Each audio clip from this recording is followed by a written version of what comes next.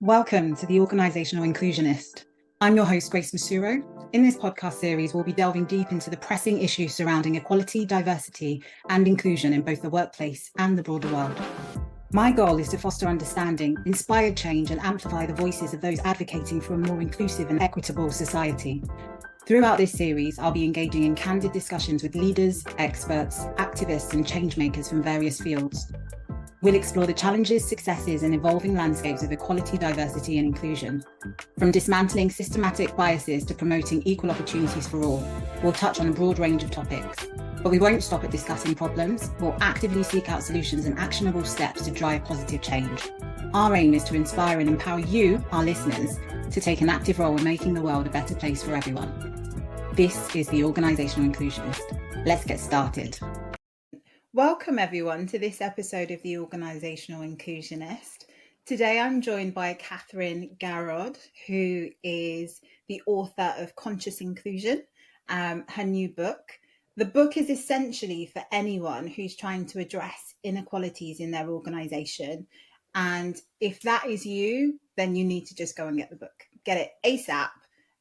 It is amazing. I've got a copy and I'm very pleased. And you can also see it in the background of Catherine's So before we get stuck into the conversation, Catherine, I'd love it if you'd just take a few minutes to give our listeners a bit of an insight into who you are and what you do, etc. Yeah, of course. And thank you for having me. It's really lovely to be here. So my business is called Compelling Culture. It's just over 3 years old now. And essentially the big work that I do for clients, the long-term work I do, is I do an organisation-wide review to understand if people from underrepresented groups are having the same good experience as people from overrepresented groups. And if they're not, refine the actions, build a strategy and a 12-month roadmap. And then I'll support clients, as much or as little as they need through that process.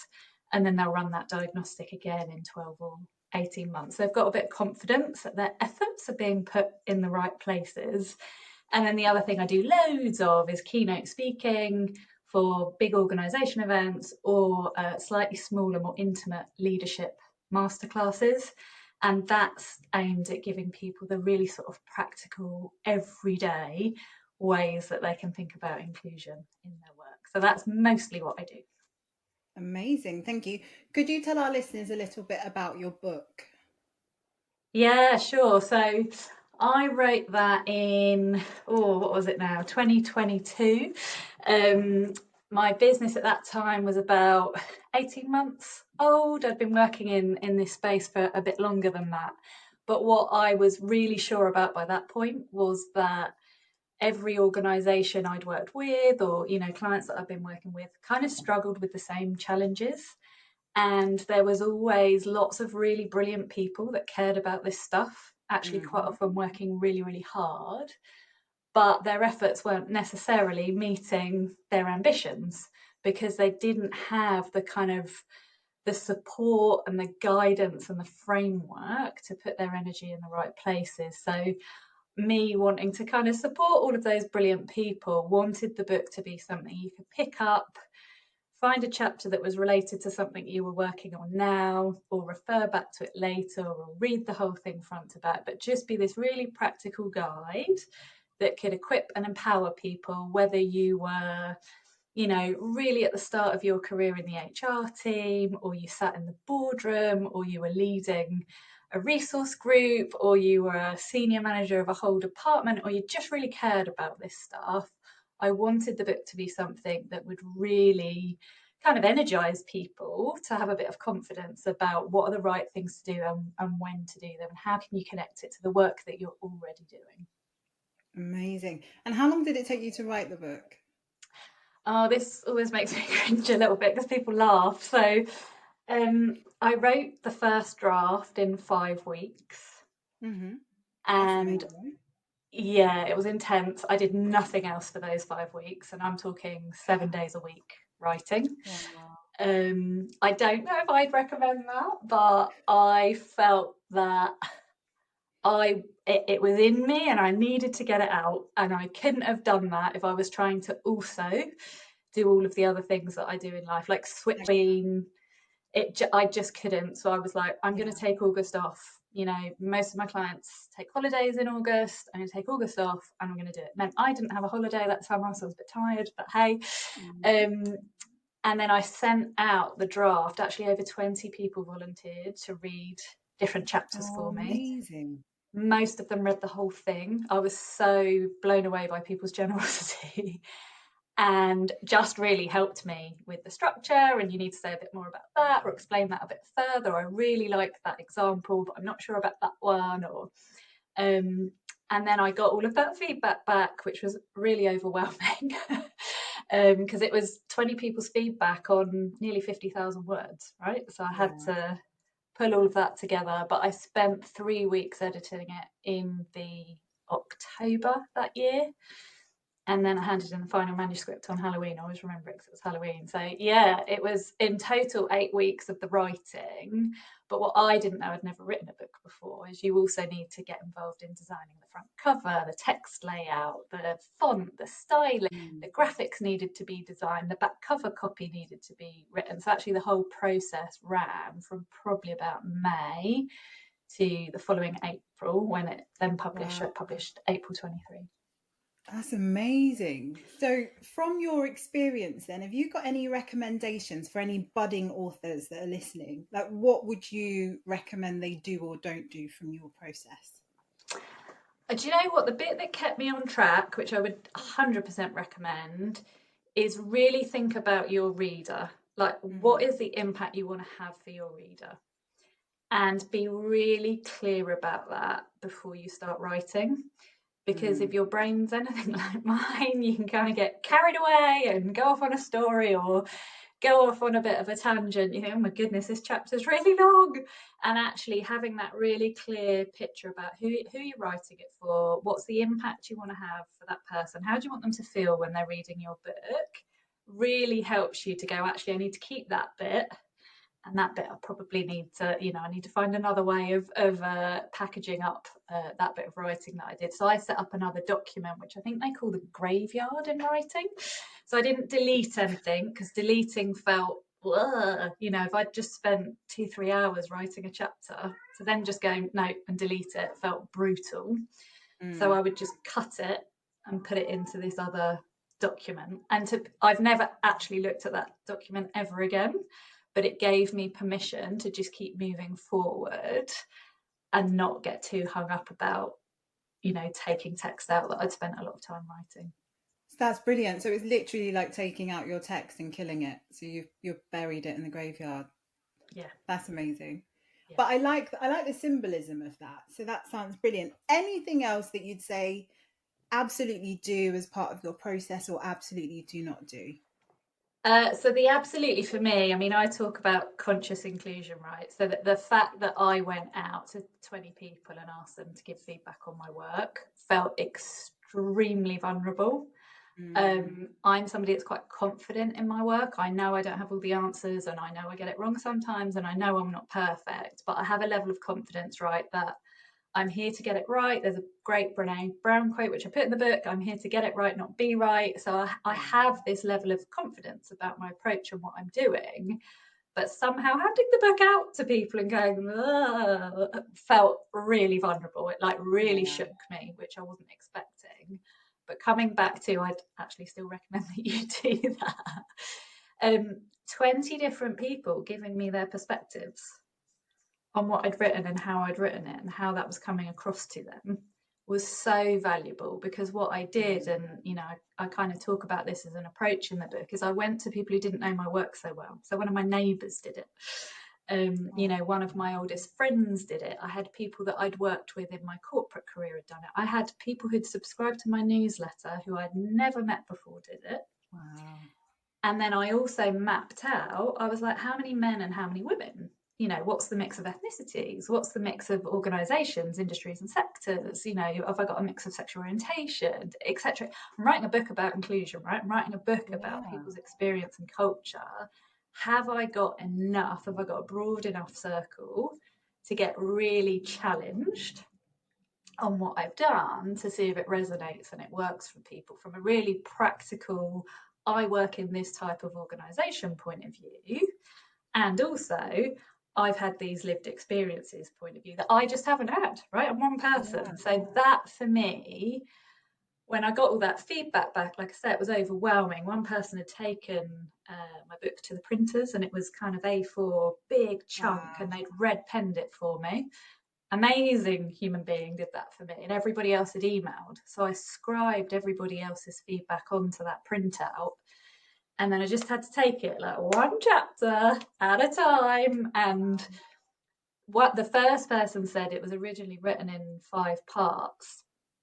The first person came back and said, your part 3 is too long. You need to break it out. It's a bit overwhelming. And I was like, no, I know what I'm doing. Like, part 3 is good. Like, it's all about culture. Like, The next person came back and said, your part 3 is too long. You need to break it down. And I was like, oh, that's really annoying. The third person was like, your part 3 is too long. You need to break. I listened, right? Because that is the value of going out to multiple people. Those people didn't know each other. Those people didn't know they'd all given me the same feedback. But I did. I completely restructured the book. It's now in 7 parts. They're more even, and it is a much better book for it. So go to people that aren't just like you. Go to people that don't know your work so much and give them that absolute permission to tell you what they like about it and what else you could maybe consider, or make it a much better book. Amazing. Thank you so much. I think that's going to be really useful for anyone thinking about writing a book, and also for me, because I am planning on starting my book this year. So yay, for those tips. That was a little bit yeah, you're welcome from my perspective. All right. So your book is obviously available now for people to buy. So go and buy it, please. But I know you mentioned earlier about what you were hoping the book would do in terms of allowing people to go to specific parts based on kind of what their needs are. What would you say your ultimate goal is with the book? So, let's do an ego question, right? I decided to leave my safe, secure, comfortable job in a corporate organisation because I just had this belief and this drive to want to help more organisations do this stuff well. Mm-hmm. And I knew that being one person in one organisation at a time, there was only ever going to be so far I could kind of reach people. So the book was my way of reaching as many people as possible. If I think about my fees for my consulting, it's a very different price point to going and getting a book in your local bookstore or getting it online. So the most you can spend on it is $16.99 if you shop around. Different stores do different discounts. So for $16.99 I wanted to be able to reach as many people as possible. And actually, when I was writing it, one of my clients said to me, but Catherine, what if everyone buys your book and then they never need to work with you again? You're doing yourself out of income and out of business. And I was like, well, best case, 10 million people go and buy it. Yeah. And they all just get to work and they go and make all of their organisations much more inclusive and work much better for everyone. I would love to have that much impact on the world. But the more likely case is, a bunch of people will buy it. And, it'll either just help them get on and do the stuff they're already doing better. Awesome. That gives me massive kind of satisfaction.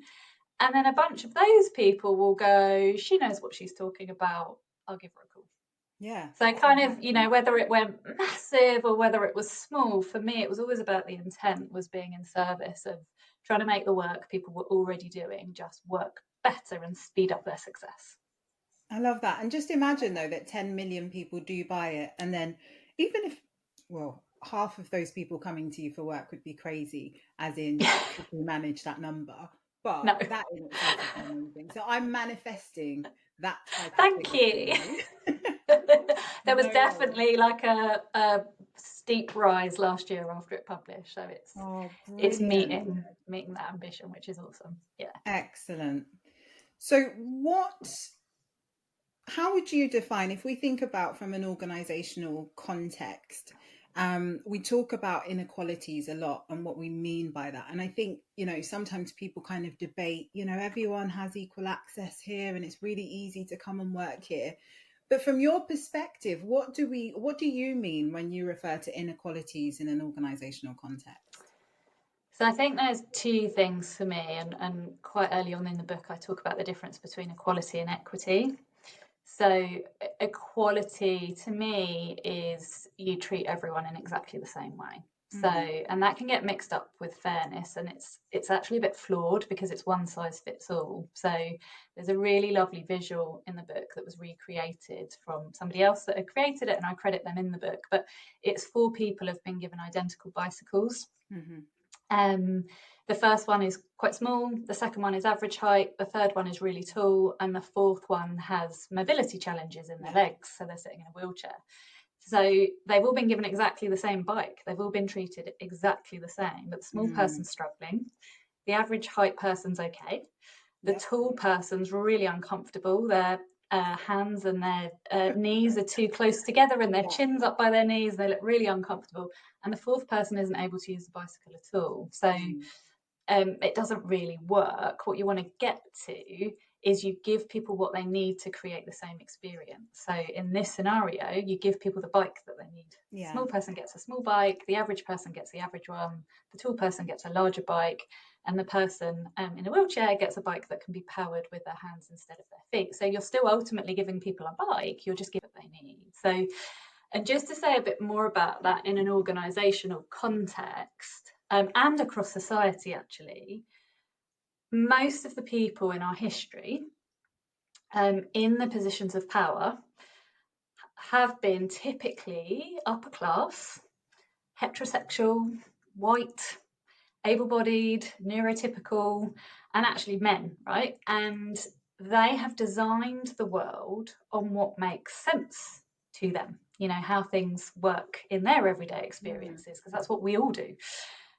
So things like our laws and our policies, our research endeavours, our services, our workplaces, marketing, broadcast content, products, anything you can think of that we consume as human beings work better for you if you share that same demographic makeup as the people who've designed everything, and less well if you don't, right? So the work of inclusion isn't to tell all those people off and they've not been doing a very good job, because actually it's not really their fault. They've just been doing what made sense to them based on their own lived experiences.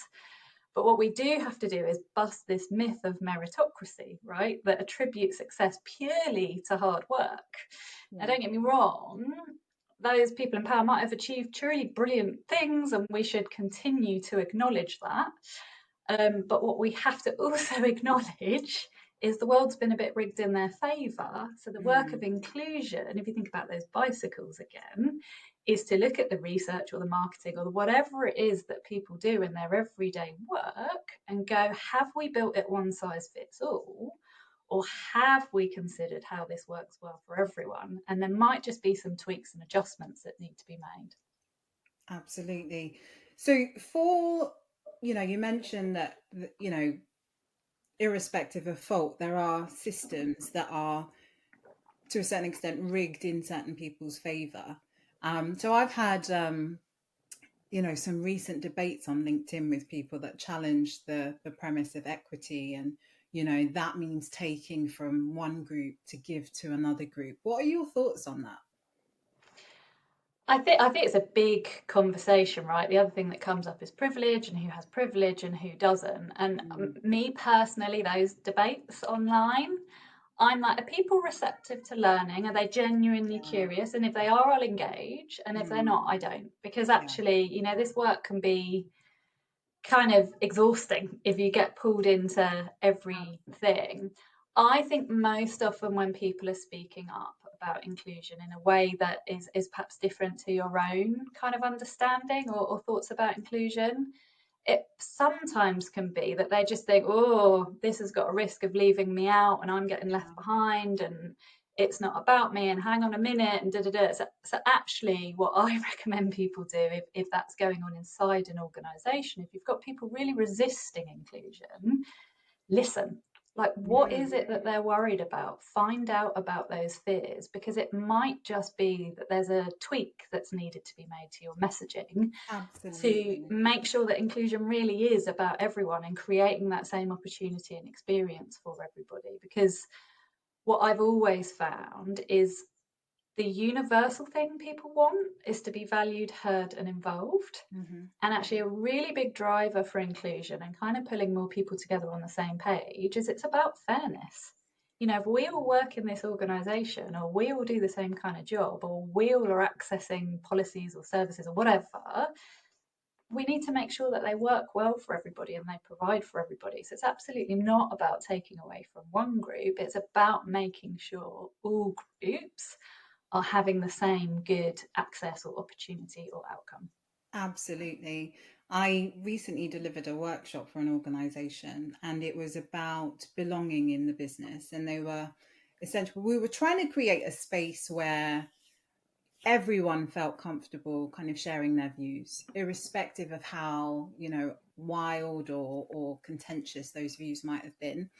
And I always go above and beyond to make people feel safe. Like, I will volunteer some really silly information, or, I always volunteer my lived experience as well, just to help people to understand the other perspective.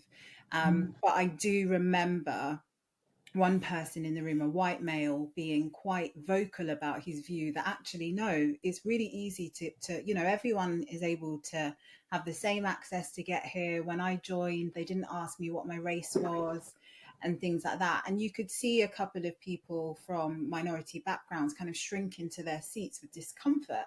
And I listened. And when he finished, I said, I'm going to share with you my Yoruba name, because I'm Nigerian originally. I'm going to share with you my full Yoruba name. And I told him my name. And I said, if that was on the top of my CV, how easy do you think it would be for me to get invited to an interview compared to you? So let's say, for the sake of argument, his name was John Smith, and my Yoruba name is Oluwagbemisola Mosuro. And he Nice. looked at me as I was pronouncing it and was like, and I said, those are the types of things that cause inequalities and a lack of inclusion and diversity within organizations. Because even though people don't mean to, not invite people from diverse backgrounds into interviews, hearing that kind of name is it in itself a barrier for some people, because they immediately worry about offending you or mispronouncing your name and then being embarrassed or worried that you're going to get upset, etc.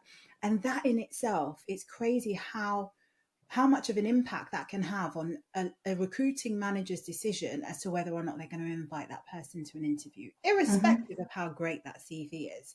And I think it's so important to give space for those kinds of conversations and sharing those types of lived experiences, because his view by the end of that workshop was like, I get it. I absolutely get it. And it was such a small example, but you don't get those examples if you don't have exposure to those experiences. Do you know what I mean? So I think you're absolutely right as well. And I think in that space as well, one of the other things that we did, like you said, is ask, what is causing some of your frustration? I've had a friend in the past say, I don't believe in diversity and inclusion. I don't think there's anything wrong. And I feel like, it kind of leaves white people out. And my question was, but what is your fear in that? Like, what is getting you so upset? What are you worried about? What don't you like about it? And just asking those questions were really powerful to understand, but also to help people to unpack why they feel so emotional about that, and really kind of using that information, like you said, to then communicate the message effectively so they understand ultimately what's in it for them as well. Totally. I think it's such an important point, because it's like those moments, like that story you just described for the John Smith person, like that'll be something they remember forever. That moment, that shift, that switch, that understanding, that session. And I just think that's, this work can often be one conversation at a time, and there's just these moments that happen. And that's when I get really excited. It sounds like you too. You're like, you've got it. Like it's just happened, You can see it. Body language changes, engagement changes. And that's the thing, like you said, this work can be extremely exhausting. It can be triggering. It can be, sometimes it can be quite sad, you know, because obviously, like you said, it's an emotional subject. We're really trying to create change in the spaces that we're in. But it's so important to keep going, because conversations like that and interactions like that are exactly why we do what we do.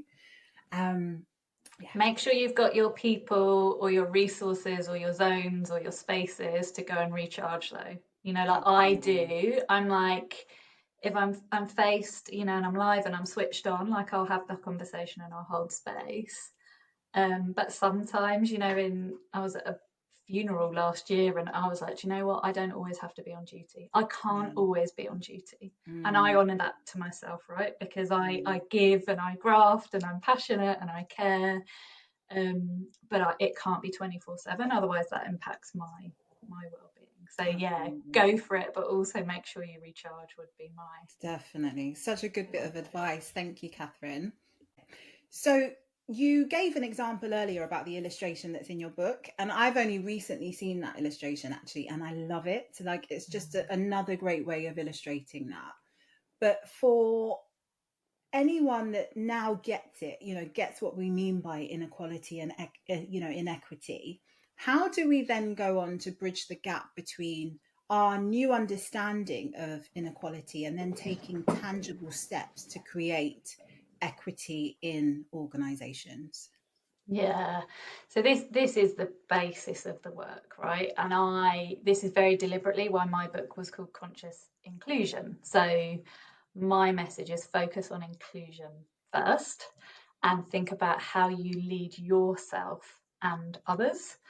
You know, we've talked about how so much of what we've inherited doesn't necessarily work as well for everybody. So making those conscious, inclusive decisions is just a massive part of the work that's needed. And I actually have it on my laptop screensaver. The words, unless you're consciously including people, you are almost certainly unconsciously excluding people.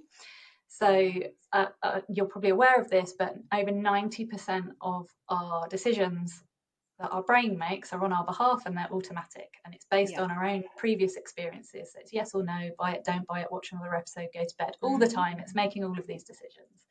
Incredible making decisions about your own life. Really good, pretty reliable, it's okay. It is far less reliable when you're making decisions about other people's lives.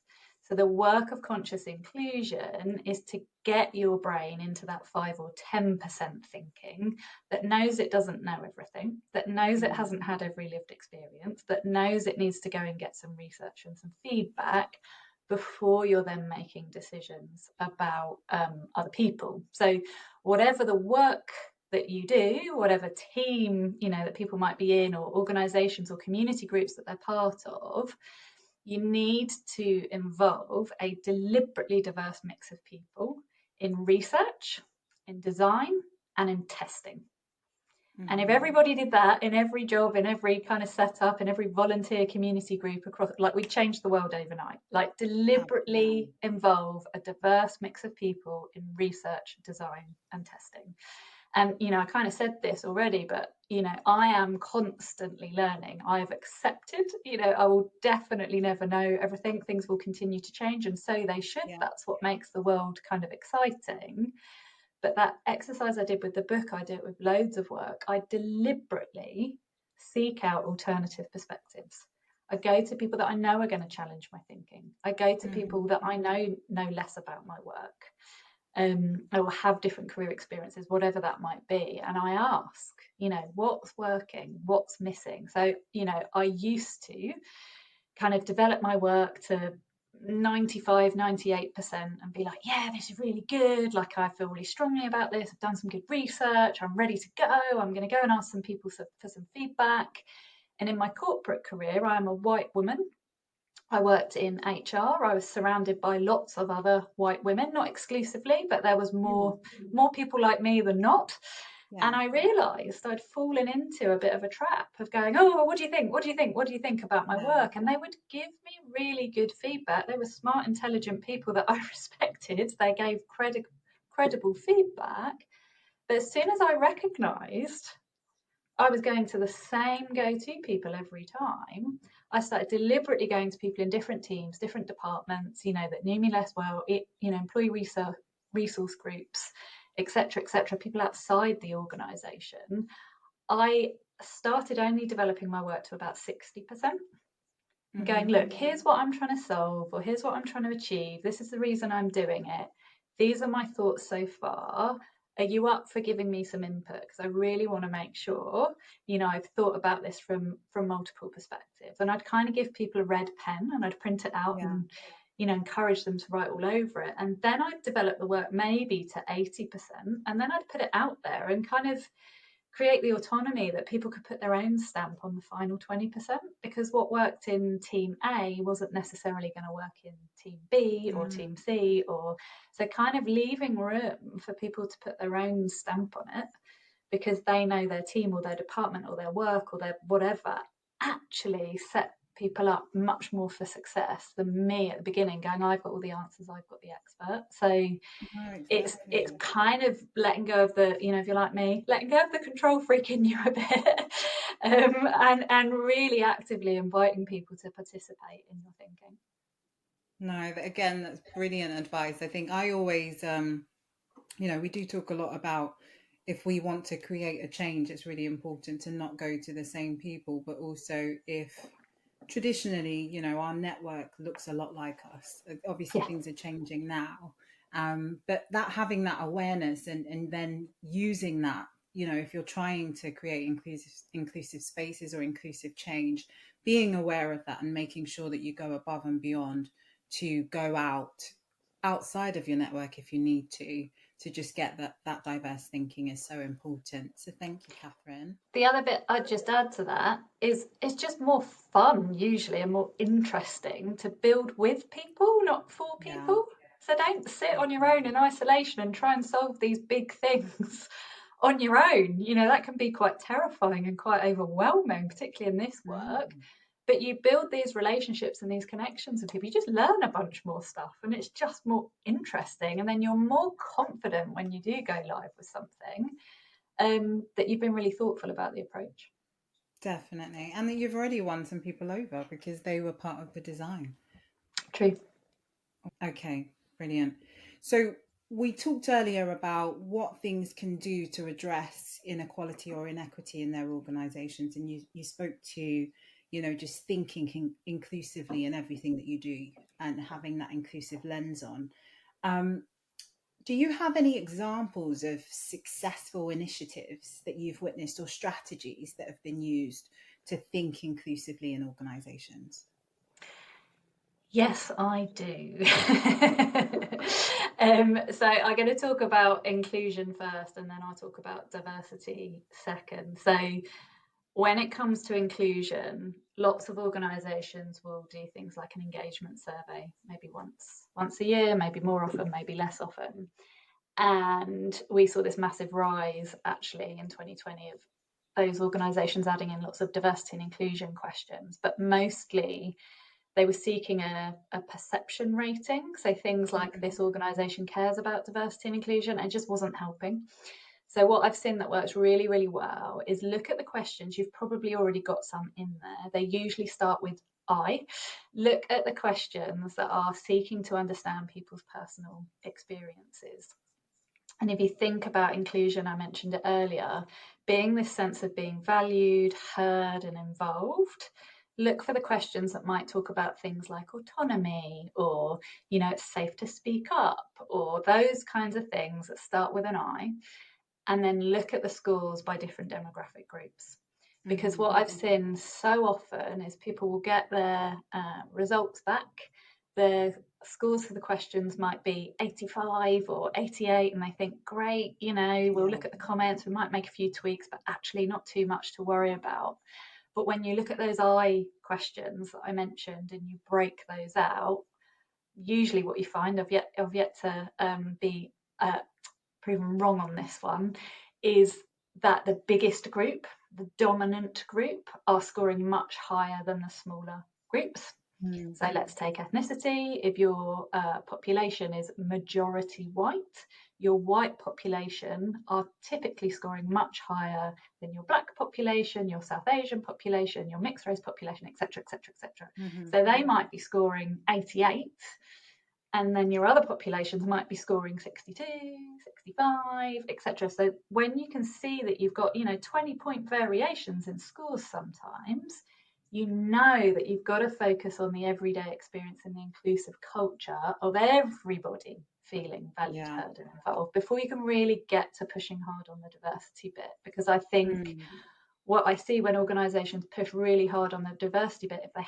haven't done the inclusion bit, it's just a really horrible experience. People are being invited to come and join a culture that actually isn't as welcoming or as successful for people, and then they leave, right? So I've seen those big kind of that visibility of those big gaps in those scores for leaders just be an absolute catalyst for changing what goes on in their own team and their department. And I've seen teams close gaps from 20-point variation to, I'm like, do you know what, like under 5, that's fine. If it was 0 and it was exactly the same, great. But if across all of your different kind of demographics, there was a 5-point tolerance across all the different ways you can slice the data, then you can be really confident that your culture is good. So that was the bit on inclusion, is just look at those scores and then divide them out. And then for diversity, of all the things I've seen, providing try before you apply experiences is the best thing I've seen, the most powerful thing I've seen. So before I set up my business, I was working for Sky, and I at one point was doing a bit of research for the regulator. So Ofcom is the regulator for media and communications, and they'd asked everybody with a license to provide some information, and the biggest broadcasters were asked to do this deep dive analysis. So I spent a bunch of time reviewing all of the initiatives that were in place across Sky for increasing diversity, right, addressing overrepresentation. And I found over 30 initiatives, right? So no shortage of commitment, passion, motivation, and there were really brilliant people behind all of these initiatives, with their own backstory or links or somebody in their family or something they'd experienced before.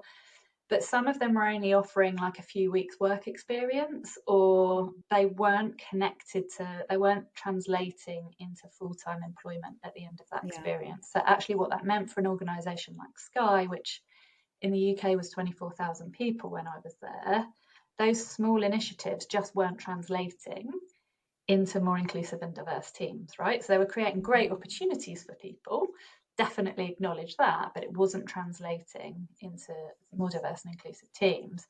But of those 30 different initiatives, I found 3 that were, and they were about creating these opportunities to come meet the team, see what the work was about, understand what was being involved, maybe get some training in advance, explore what a career might be like before there were any jobs that were available or advertised or all the rest of it. So if you think about sport as an analogy, if you've got a really successful sports team, you don't wait for a player to get injured before you're thinking about the people that might be able to take that position next. So it's all about building that reserves bench in advance and warming people up to the brand or the type of work or wherever that might be, so that when you do have vacancies which are advertised to anybody to apply to, you've built this successful pipeline of people, and you can be really targeted about who you're warming up to before there's a job, so you can badge it as we're trying to get more women. You've got, much more women that are now much more likely to consider applying for a job in technology, for example, if you're trying to get more women in technology. So I saw massive shifts in the teams that were really deliberate and intentional. They'd worked out which population they didn't have very many of. They built really specific initiatives to welcome people to come and learn a bit more about the job and the team and the organisation. And then when they had vacancies, they said, oh, by the way, we're hiring. If you're interested, please consider an application. And they saw massive shifts. So they've been really deliberate about targeting populations for roles they knew they were going to be hiring for in the future. That is brilliant. And I think it's the deliberateness as well. I think with the best will in the world, organizations sometimes feel like we really want to do something here. And then they'll just really quickly decide what that something's going to be, rather than taking that time to do the diagnostic, to understand what the need is, and then ensure that what they do then do is very targeted and it's strategic. So I think that example is brilliant. Do you know if they still do that? Do you know, I don't, but I can't imagine they don't. Do you know what I mean? Because they had such success. So they had something for tech, which had been going on for, I think that was like 2017 that had been set up. So that had been going, you know, long before I did that piece of research. They had something for the engineers, which were the people going in and installing in people's houses, because actually over 70% of domestic purchasing is made by women. So it was like, why wouldn't we have women turn up to people's houses? So that was amazing. And then the early careers. So Sky as an organisation would get thousands of people applying for apprentice, graduate, work experience opportunities. But they recognised again from the research that it was a very similar demographic profile each time. So they didn't close the gates to any of that profile. They just went, right, who haven't we appealed to yet? You know, what partnerships can we build? Like, what relationships can we connect? How can we go and reach a broader reach of people that we just haven't, you know, we haven't yet made that reach. So they saw huge, and in quite a short amount of time as well. They saw huge changes. So it might not be a program anymore, because it might just be the way that they do it now. But yeah, they saw some phenomenal stuff. It was awesome. Amazing. And I think what you said about they didn't close the gates to anyone, they just thought about how do open we them wider. Get to exactly, and how do we get to the people that aren't currently applying, which is so powerful. Thank you, Catherine. Okay, so I'm really big on bringing people on the journey with you. I think the best change sticks if you involve, you know, your employees and your key stakeholders in the design and creation of that. Have you got any tips for organizations wanting to bring people along on their inclusion journey? Yes, and I love that. Me too. I'm the same. I think, you know, we alluded to it a little bit earlier in the conversation, but sometimes it can feel like the mix of perspectives are really contrasting, and you know, people are all in different places, and they always will be. It's the nature of a topic like this. So, one of the things I recommend is finding the common ground. So, like, what are the things that people do all sort of agree on? You know, what can they sign up to? So I talked about fairness quite often as a big driver here. Most people, you know, if they work in the same team or for the same organisation or in pursuit of the same goal, there's a unifying reason that all of those people are there. So use that as your basis if you've got a mix of perspectives, and go from there. And just remember, kind of, I keep repeating this, but everybody wants to be valued, heard, and involved. So find the ways to kind of bring people in.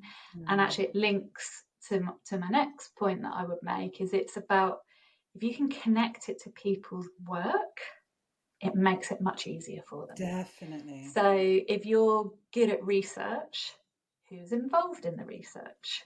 If you're a fantastic marketeer, how authentic has your marketing been when you look at different demographic populations over the last 12 months?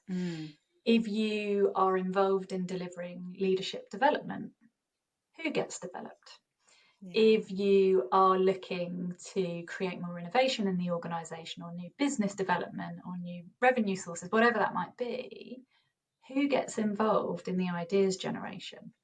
So if you can literally link it to the work that people are already doing, by looking at who we, you know, if you write down the names on a piece of paper first, if we're going to go and get some customer feedback, or we're going to put a project team together, or we're working with a third party on some research, if you kind of write down, you know, the names that come to mind immediately, and they're all a bit like you, widen the circle. If you've got some principles about that research, make sure the data is broken down by demographics, for example. So build on the things that people are already doing. They've already got really, really valuable expertise. Chances are it might be a bit one size fits all, because that's how most of society is. Mm-hmm. But they will know the right ways, right, to adapt that and change it. So help them and equip them to do that, connect it to their work. And then the other one, actually, you talked about it earlier, another big one is find the ways of storytelling. So learning about someone's experience that you haven't had, but it's a friend or a colleague or somebody you've known for a long time or worked with for a long time, and they share that personal experience, it does tend to stick. Like it tends to, in a way that maybe reading a book or listening to a podcast, which are also great, right? But a personal person that you've known for a while and you just didn't know that thing tends to be really sticky. And I've just got vivid memories of all kinds of personal things that people have been sort of brave and willing to share at work in the pursuit of more people understanding. Because literally everyone's got something to teach you. Like, absolutely, we will never have all of our experiences. They will never all be the same. So I think if you can create that, if it's safe enough for people to want to share that, and they have to want to, right? You can't expect people to do this. Has to be safe in the organisation, has to be clear about why you're doing it. And you need to provide some support and encouragement for those people, because, you know, it can be a bit vulnerable sharing some of that stuff, and a bit exhausting, you know, if you're telling it over and over again, or people are coming up to you afterwards and saying, oh my goodness, thank you so much, like now let me tell you about my terrible experiences. Like, you need to be really sensitive about creating that. But if you can demonstrate that you are being sensitive, you are supporting people, and then find those people that are brave enough to do it, it can literally help shift people's understanding quite quickly. Amazing. No, I completely agree, especially about the piece around just how you manage the sensitivity and making it a safe space, you know. So we all know how important leaders are in creating inclusive change and driving equality and diversity in organizations. What role do you think they play in that in organizations? And kind of, is there any encouragement or advice that you would give to leaders in organizations as to how they can play a more active role? Yeah, and I think the first thing I would say here is fear can be a big thing that gets in anyone's way, but in leaders' way, right? Particularly if they've been around for a while or grown up in an organisation that's quite command and control, or there's just this kind of expectation to have all the answers and know how to respond to every situation. And, you know, if this is something that leaders haven't spent so much time thinking about before, it can feel really scary for them. And I have some sympathy for that. And actually, just one of the things I'd say here as well is, if your leaders aren't yet on the same page, don't panic, right? Because tons can be done bottom up and diagonally and left and right. You don't always have to wait for it to be led from the top. But when you've got to the point where your leaders are going, right, okay, I'm here, you know, what do I need to do? Help me. Because that's usually what they want. Like, tell me what to do and I'll do it, because they don't know what to do. You know, they might see programs and initiatives happening, and they might be really actively sponsoring those things, but then going back to their everyday work and their everyday interactions and carry on doing what they've always done. So you need to be really specific about what you want leaders to do. And it isn't about giving them 73 things at once. It's about being really specific about, in your team, in your department, in your work, here's what could help. So the kinds of things I've got, which I've talked about already. If their team size is big enough in your organisation, give the engagement scores broken down by demographics for their team. Help them understand the experiences of the people in their own team and how varied they are or how similar they are. Like, help them understand.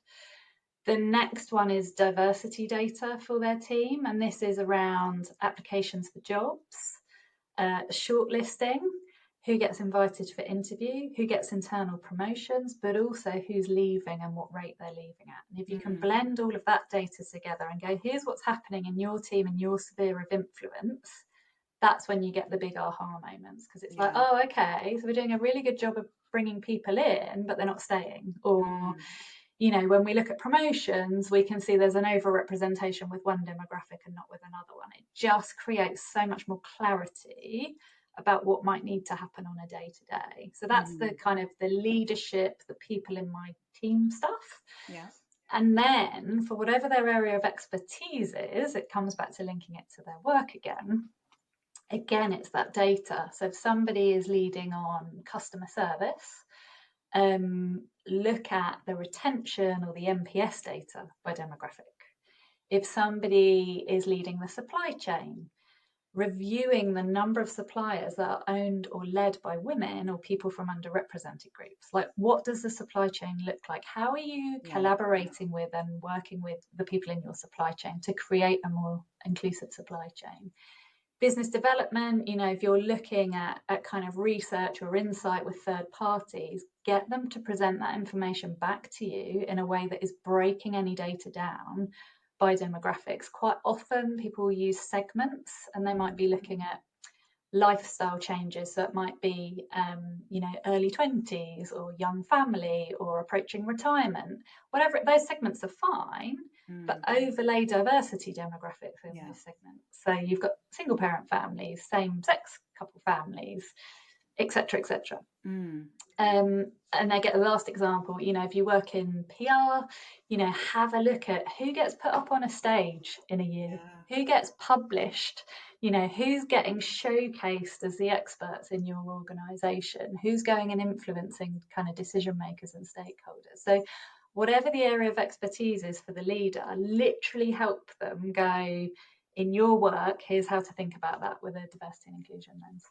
Absolutely. Thank you. I think I'd add to that as well. So I've often been the poster girl of diversity for organizations that I've worked in. So I'll be on every poster, every mailer, just to show we're a really diverse organization, but was never the one that was put on stage, like you said, to be pitched as the expert or the SME, etc. So I think that authenticity piece and linking that in there is also really important, is showcase and think about, if you're showcasing, make sure it's not just tokenistic. So really giving people platforms, a diverse range of people that you give those platforms to is really important, and not have it just be, for your mailers or your website, etc. 100%. Yeah. One of the things I talk about is give and get. Yeah. So if people are giving you, here's my lived experience, I'll be the poster, like give, because you believe and you want to contribute and all the rest of it. What's the get? Absolutely. Absolutely. Yeah. And then the other pieces as well, I think when I'm coaching leaders that are keen to be more inclusive leaders, essentially, what I really enjoy and drive is kind of giving people the space to ask those really uncomfortable questions. Is we've looked at the diversity makeup of your team, for example. What are your barriers? Kind of, why does your team look the way it is? And having those really honest conversations. Why are people leaving, etc. And giving people the space to be really transparent about, well, actually, I struggle to, pronounce this type of name, for example, or I struggle to understand when someone from this background has this issue or this feeling about something, etc. And really just creating that space where actually we can have those really honest conversations, and I can share some perspectives around that in safe spaces. Because the worst thing for a leader is never going to want to get on a stage and say, guys, can you tell me why my team isn't diverse? Like, you're just not going to want to do that, are you? But what I find is that most leaders, in fact all leaders that I engage with, really, really want to move forward in this area. They just need a safe space to do it in. And I think that's so important for us as professionals in this space as well, is creating that safe space. But also my message to everyone is always, I'm also going to coach you to get uncomfortable with being uncomfortable. Like, people are jumping out of planes. No one's jumping out of the plane screaming, yay! Like, they're really uncomfortable, but they're doing it anyway. So that's such a good point. Yeah, absolutely. So no. Do you know what? Go on. The other thing I think we should say, because we've both said the word safety, I think, a couple of times. So there's that bit around creating a safe space for leaders to go, help me understand, what is, space to reflect. But also one of the leadership things is them creating a safe enough environment in their everyday meetings, conversations, discussions for people to be able to say as simple as, I don't agree, or I've got a different perspective. Like, if you can create that as well, I think safety is such a big thing in this space too. So powerful. But you know what? It's interesting because I actually feel bad for. I worked in an organization where our CEO was exactly like that. He was like, I want you to tell me exactly what you think and how you feel. And he was fuming by the end of every meeting because people did exactly that. Like I felt so bad for him. People were just brutally honest. So I think there's, we need to find a balance. Get the balance, yeah, fair. Yeah, the poor guy, his intentions were so good, but he was exhausted at the end of every meeting. And sometimes he was just poured on, poor guy. So I think, looking at the ways that you do that as well. So are you going to create mechanisms, I've seen people have polls where you can submit your thoughts, etc., but encouraging people not to be anonymous with that. And when you use polls as well, the great thing about that is, when you use a tool like Slido, for example, it can pull responses into themes. So you're not answering the same thing again and again. And it can sometimes help you to just manage it a bit more effectively. But I completely agree with you, Catherine. I think that's so important. It's that give and that get, isn't it? Yeah, but even in your core team, right? If you've got, I don't know, 8 direct reports, are all 8 of them safe enough in a one-on-one with you to go, actually, I'm not sure? Yeah. Or do 4 of them feel really safe doing that and 4 are just going, okay, fine, because it's just not worth me speaking up? Yeah. And then even if, it may not even always just be, it's not worth me thinking up. I'm reading a book at the moment called The Culture Map by Erin Mayer, and she talks a lot in there about sometimes cultural differences are the reasons that people don't speak up, and sometimes people need to be asked for their perspective rather than the expectation that they'll just volunteer that. So having that understanding, I think, is also really important. Is what is the diversity makeup of my team, and how can that impact the way that they communicate with me? So I would also recommend that book to any leaders wanting to create inclusive change. If you want to understand your teams better, The Culture Map is a brilliant book. Obviously, we've said get conscious inclusion too. Get them all. Okay. All right. So to close, I always like to close these sessions with a bit of a call to action. So if I'm a leader wanting to really drive inclusion in my organization and create equitable change, what would your call to action for me be? So I could just be really cheeky and be like, go buy the book and read the book. Do that. Part three is all about leadership and culture, actually. So there's a really nice chunk in there. But yeah, I think probably the 3 things, I love threes. The 3 things I would say is the first one would be data. Whatever the data is you use in your organization to review success, how well is your organization doing? What are people's experiences? What's customers' experience? Whatever. Data, break it down by demographics and review it in the same frequency you review all other business data. You want to get serious about this stuff? Use that and create the routine and the pattern in the same way that you do everything else. Second one we just talked about was that safety. Think about the ways your team communicate. Like, can people disagree? Is it safe? Can people tell you you've got it wrong? Can people say, actually, that's not right? You've made an assumption that doesn't match my experience. And the third one is, again, I've talked about this before, but focus on what you can do in your own department. Sometimes leaders are kind of waiting for the whole peer group to be on the same page. It doesn't always happen. People will be at different spaces for different reasons. So focus on what you can do in your own department. Focus on your part of the world. You will go further faster if you do that anyway. And as soon as you start seeing results, it might take 6 months, depending on what it is that you find when you do your research. You have to be a little bit patient, but focus on what you can do in your own world. And then as you're building that confidence, you're seeing all those kind of milestones. Celebrate the progress, because it will be lots of little things, usually, not, one big thing, but celebrate that progress and then use that to inspire others that aren't as confident or experienced as you are. Absolutely. Celebrating the small wins as well as the big ones, I think, is so important. So Mm. important. Catherine, thank you so much. I've really enjoyed this conversation. I know loads of our listeners are going to take value from it. And I also know that people are going to run out and get your book because it is a brilliant book. But also, Thank I you. think if you're a leader that's looking for a toolkit on how you do inclusion the right way in your organisation, this is definitely the book for you. So happy reading. And Catherine, thank you so much again. Oh, my pleasure. Thank you for inviting me. It's been great to talk to you too. This podcast is brought to you by Acquaintance Consulting. We'd love it if you could take a minute at the end of this podcast to follow, subscribe, whichever is easier or available for you on the platform that you're listening to us on. We're really keen to grow this channel and really impact equality, diversity, and inclusion across the world. And with your support, we can do just that.